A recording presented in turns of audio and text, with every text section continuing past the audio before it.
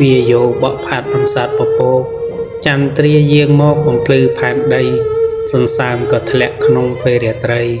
ឈើលាស់ត្រួយថ្មីជំរុះស្លឹកចាស់ចំណោត្រជាក់ធ្លាក់ពេលចិត្តភ្លឺលងលក់មិនលឺមនរងាវដាស់ក្មេងកាន់តែធំខ្ញុំកាន់តែចាស់ទីរកកើតផ្លាស់ចាស់ស្លាប់ពេញដីសបាយនឹងវ័យក្មេងខ្ចីសោភាភ្លេចគិតចរិយាយកជាចំណៃ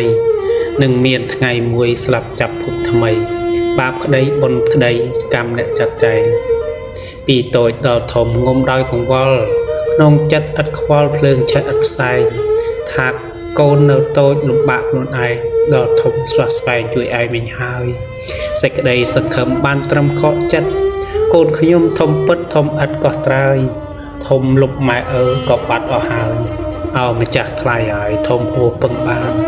កូនតូចព្រួយតូចកូនធំព្រួយធំកូនពេញក្រមុំព្រួយនឹងថែប្រាន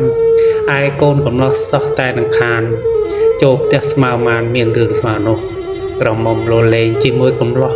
ជ្រុលខូចខ្លួនអស់ណានាចម្លងខុសទាំងមេបាប្រហាគោផងខុសធ្ងន់កន្លងពោះលងគំនិត